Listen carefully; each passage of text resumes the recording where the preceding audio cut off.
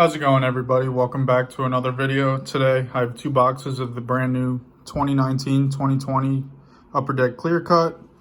One premium card per box, which means one touched, most likely acetate card. Paid about $130 a box, so let's get into it.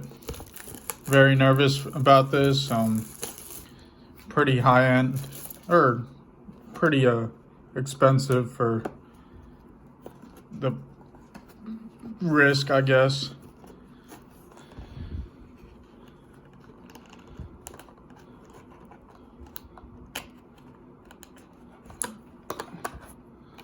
All right, empty box.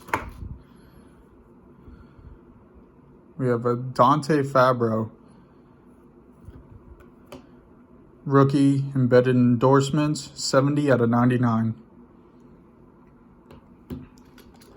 Not bad. I know a few guys who collect Fabbro, so should be able to move that pretty easily.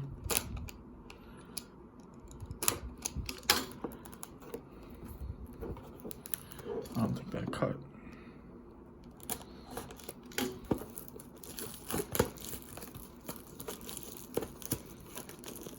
Better than a base auto, I guess.